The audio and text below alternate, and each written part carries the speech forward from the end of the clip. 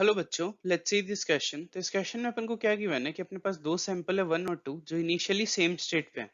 तो जो sample one है उसको तो अपन एक्सपेंड करते हैं आइसोथर्मली किसी वॉल्यूम पे, और सैंपल टू को अपन एक्सपेंड करते हैं एडियाबेटिकली किसी वॉल्यूम पे, और इन दोनों की जो फाइनल वॉल्यूम है वो सेम होगी।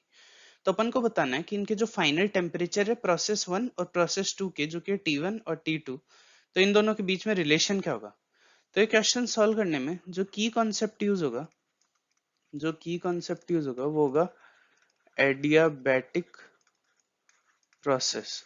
अब देखो अपने पास दो कंडीशंस गिवन है, एक तो अपने पास है आइसोथर्मल, दूसरा अपने पास है एडियाबैटिक। तो आइसोथर्मल में अगर फाइनली टेम्परेचर T1 है तो इनिशियली भी उसका टेम्परेचर T1 ही होगा, और ये दोनों इक्वेशन सेम स्टेट पे इनिशियली। तो एडियाबैटिक का भी इनिशियली टेम्परेचर T1 ही था, और अपन मान लेते हैं कि उसका बाद में टेम्परेचर हो गया T2।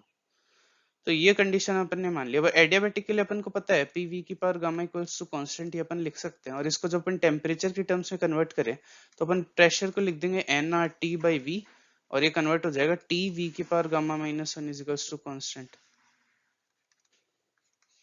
अब इस इक्वेशन के लिए अपन गामा के लिए बोल सकते हैं कि गामा जो है वो ऑलवेज ग्रेटर देन वन होता है। तो ये जो गामा माइनस वन होगा ये पॉजिटिव होगा, और लाइक ये ऊपर ही रहेगा। तो अपन बोल सकते हैं कि जो टेम्परेचर होगा वो इनवर्सली प्रोपोर्शनल हो जाएगा v की पावर गामा माइनस वन।